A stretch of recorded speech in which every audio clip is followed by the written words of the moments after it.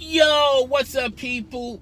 It's your boy, Khris One, and I'm back with another video. Rate, comment, subscribe. Do not forget to hit the notification bell so it'll let you know when my next video goes down. We're going to talk about last night, the Milwaukee Bucks, the Toronto Raptors. But before we begin, I want to state this for the record. I want to state that I predicted these games, and I'm pretty much on point with these games. I told you guys, as far as the Golden State Warriors go, I felt like the Portland Trail Blazers talent couldn't equal or surpass the talent of the Golden State Warriors, even without Kevin Durant, and that was going to end up being a Game 4 or a Game 5, possibly a Game 5. I was real positive on a sweep, okay? And when on the other side, on the east side, when you talk about the Milwaukee Bucks and the Raptors, I felt like that was a pick'em on which team was going to ultimately win. So I will admit that I didn't pick who was going to win it, but I picked how many games it was going to take. It was going to either take 6 or maybe 7 games. Okay, and I was real strong on a game. I want to say I was strong on a Game 7, if I want to be 100% honest. But I said it was going to be 6 or 7 games, and Milwaukee won. I mean, the Toronto Raptors won last night, and they won because of the simple fact of Antetokounmpo. Yeah, did I say his name right? The Greek Freak was struggling to. The one thing about the Greek Freak is he's so long, lengthy, athletic, has power. He's like a locomotive going down the court, and he kind of reminds you, and he kind of resembles a younger LeBron James. And a younger LeBron James that took the Cleveland Cavaliers into the playoffs, also took them to the finals without, it was just him and a bunch of no-namers, and they made it to the finals, but they got beat by the San Antonio Spurs. Just got beat by a better team, and LeBron had to develop other elements to his game to become the player who he is today. He doesn't necessarily have to depend on his athleticism to win ball games. He has to be very consistent in the mid-range shot. He has to get his free throw percentage average up, which he was on that course midway in his career, and he's pretty much given up on it. He doesn't have the lowest of low free point percentage shots, but it's not consistent. It's not at a greater level where it should be, and he's starting to develop a low post game. The Greek Freak has a low post game, but he really depends on his athleticism a lot, and that's what pretty much happened to him last night. He was thinking that he can just power his way to the basket, and Toronto figured out a scheme on just putting big bodies around him, just him being around a bunch of big bodies, how that can offset or change his thinking or his shot. And that's pretty much what transpired through last night's game and a couple of games before, when the Bucks had a two-game lead on the Toronto Raptors. Kawhi Leonard is continuing to show the world that, when he was at San Antonio, he's probably putting he's showing the world that he's he's a superstar in the making. I feel like I'm not going to put the mantle on him until he wins a title. And that's what I like to see with a lot of NBA players, okay, that has the potential, that the talking heads and everyone out there has already nominated them superstars. I want to see him win a title. And I'm not even going to go into the next series, the finals, the NBA finals. I do want to talk about Kawhi Leonard and how Kawhi Leonard has a lot of arsenals to his game. He can do what Giannis is doing, and he does it at certain stints. But he's really consistent in his mid range. His free throw percentage average is good. So he's improving in the areas to where when they take something away from him, it's no big deal to him because he can go into other things. He can do other things on the court besides be physical and be athletic. And Kawhi been in the league a lot longer than Giannis. So Giannis' athleticism is going to be with him.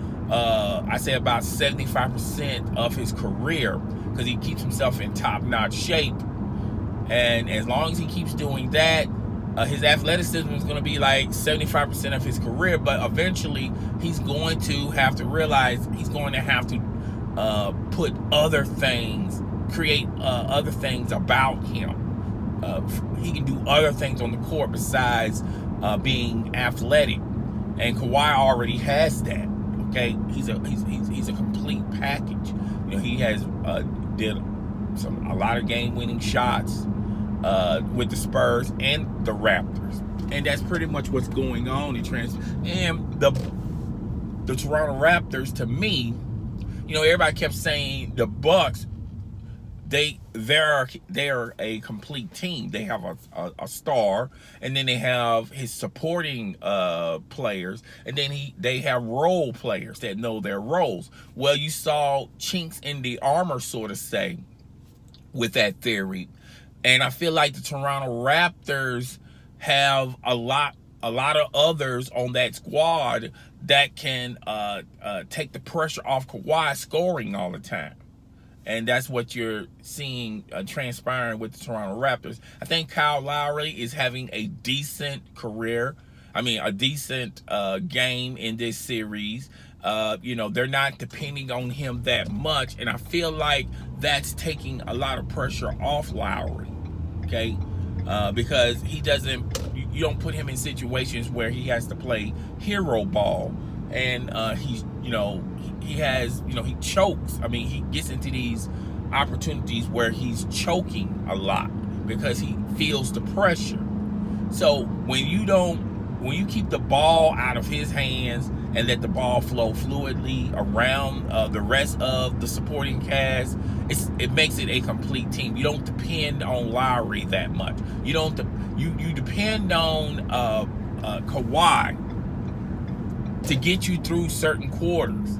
But you always got the doubt, and you always got in the back, not doubt, but in the back of your mind that the others can propel y'all to win a couple of ball games. Okay, and that's what's transpiring with the Milwaukee Bucks. I mean, with the Toronto Raptors. I'm here to tell y'all the next game they're gonna be playing at they're gonna be playing in Toronto, and I feel like it's a wrap. You can see it on the Bucks' faces. There was one point where they took Giannis out because he turned on his ankle, but there was no medical support there, and I felt like they just. I mean, even though he kind of turned on his ankle, I don't think they took him out of court because of injury. I just think they just pulled him out of court to preserve him for the next game. But if you look at everyone's faces, it looks like it's a wrap to them. A game ain't truly over until you can beat your opponent down mentally. And I think that's what's going on with the Bucks. The Milwaukee Bucks are coming to the conclusion that, look, we have, we pretty much have done everything to the best of our ability, and they're still there. Okay, so, and then they talked about the future of Kawhi. I want to do this real fast, real quick, so I can get on up out of here.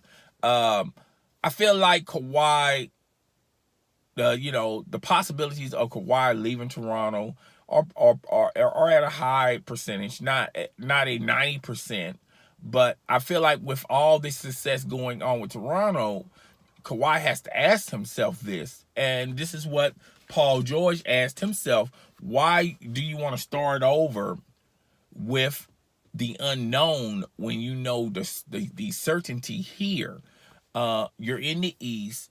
You're going to always be in the playoffs, okay? And you're going to have a greater opportunity to make it to the finals versus going to the West.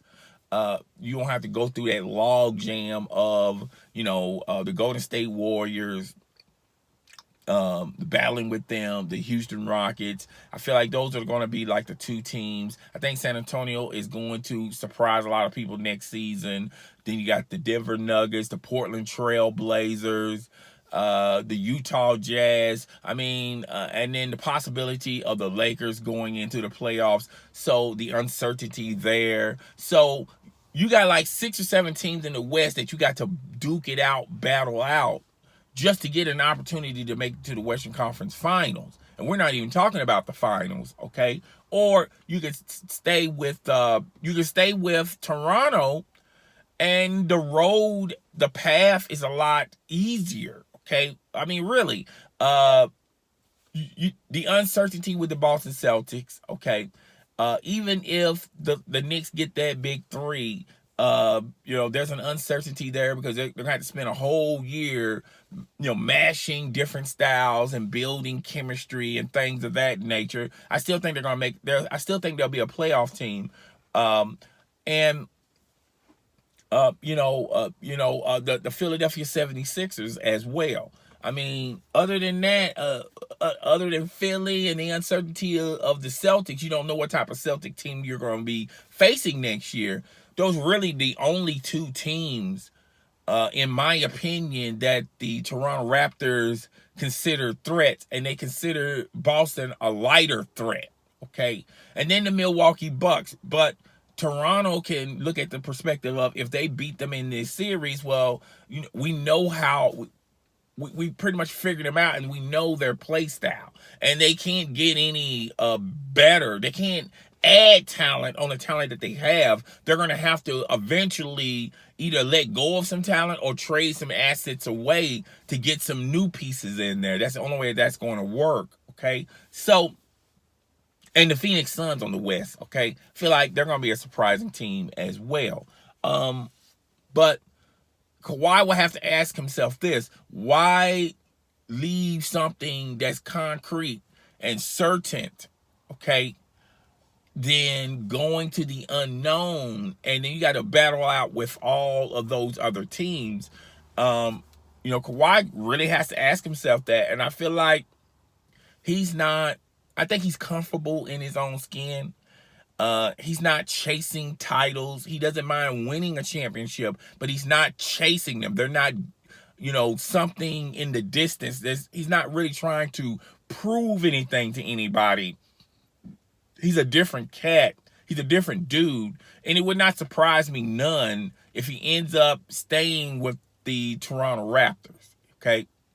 A lot of people think he's going to the Clippers, but then that's another unknown. You don't know how your talent is going to mesh with the talent that the Clippers already have, and you don't know the other shoe to say to drop when you're talking about a partner or another blue chipper that they can also pick up.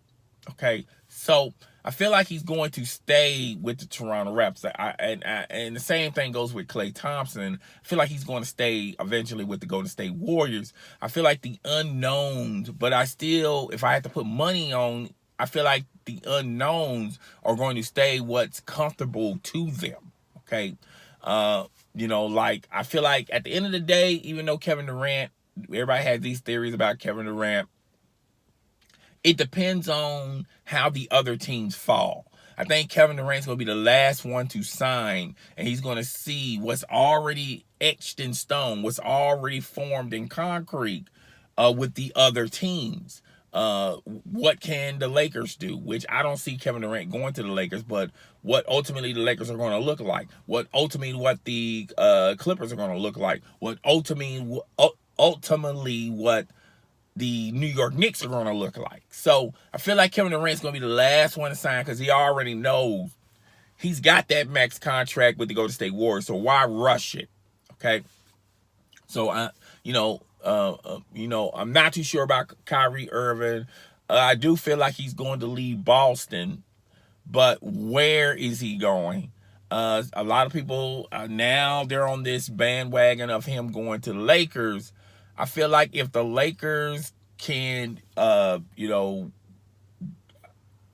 like it's a possibility of him going to the Lakers. I just don't feel like it's a real strong chance. Okay, if the Knicks can make their moves a lot faster, then I feel like he's going to wait and see what the Knicks are going to do. And if they can get Anthony Davis, I think Kawhi. I think not Kawhi, but not Leonard. I just had his name in the back of my mind. I think he's going to leave Boston. Kyrie Irving. He's going to leave Boston and go to the Knicks. If the Knicks get Anthony Davis, he's going there. And if he goes there, I feel like Kevin Durant is ultimately going to go there.